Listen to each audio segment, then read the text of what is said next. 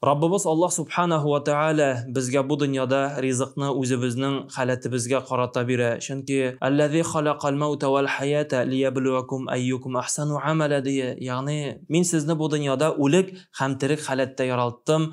Liyabluwakum ayyukum ahsanu amala. Qaysig'iz xayrli amal ko'proq qila, qaysig'iz xayrli amalda o'zisha ham Rabbimiz Alloh taolo biligiz. Shusha xayrli amallar sababli bizga rizqimizni orttirib bera. Shusha izgi ishlarimiz, izgi niyatlarimiz orqali Alloh taolo bizning rizqimizning barakatini bera. Bor shunday mezgillar, qaysilari uchun Alloh taolo bizning rizqimizni kiysa, Alloh taolo o'zi saqlasin. Qay vaqt biz g'aybatga kiramiz, yolg'onlaymiz, kishi ustidan siylaymiz. Mana shusha riba masalan, haram rizqlar, haram mallar, alar barisi da bizning rizqlarimizning kesiluvining sababi. Ham shusha rizqlarni kengaytirish uchun albatta biz shusha haram, nashar amallardan tiyilirga tiyish. Chunki haram mal ul kirirga mumkin. Nishik kirash ulay shig'irga mumkin. Chunki Alloh subhanahu wa ta'ala mana shushalar bilan bizni sinay ham biligiz. Agarda kimdir shusha haram rizqqa qiziqa ekan, o'ylamag'iz haram ul do'ng'izg'ina deb. Yo'q, haram mal kishi haqin olu, faqirning haqin tortib olu. Aning haqin tortib olu narsa ul g'ushiringni to'lamau, hatto masalan zakatingni chiqarmau, ul endi shusha faqirning, muhtojning haqin oluga kira. G'adatda shusha g'ushir masalasina kirganda ko'p kishi ayta, men endi gunohsiz, mening bir gunohim yo'q, mening o'zimniki o'zima, men Allohning haqini o'tab boram, mening bir nindi de gunohlarim yo'q, kishini ranjitmayman deb aytilar. Lekin qarag'iz, Alloh taolo shunday bir cheklov qo'ygan.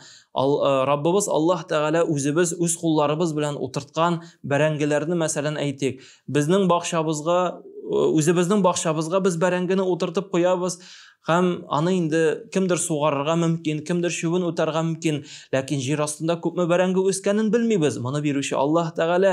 Ham shusha Alloh taolo bergan rizqni biz qozib olabizda, shusha barangini biz narsa ishlatirga tiyish. Agarda u 10 shilak chiqdi ekan, aning birsin biz muhtojlarga, faqirlarga berga tiyish.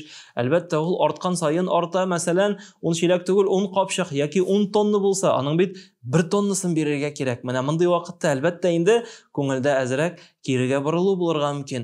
Lekin biligiz, mana shusha agarda sen o'z oilang bilan tobada 10 baranga pishirib oshading ekan, sen g'oshiringni chiqarmasang, 9i seniki, 10-si ul haram baranga bo'la. Ya'ni sen o'zingning tabağına bir kesak do'ng'iz eti salgan shekilli. Shunga ko'ra, mana buni endi anglarga kerak.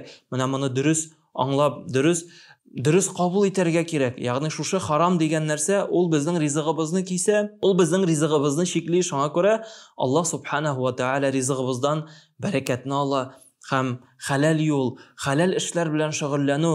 Qay vaqt bizning musulmon qardoshlarimiz da men endi halal ish bilan ishlayim, halal yo'l bilan ishlayim, lekin men tilagan millionlar menga kirmi deb aytirga mumkin.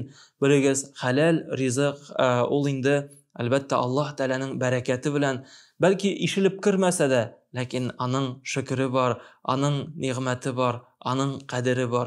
Shukr Alloh subhanahu wa ta'ala aligi rizqni bizga o'zimizga tiyish qadargina bera.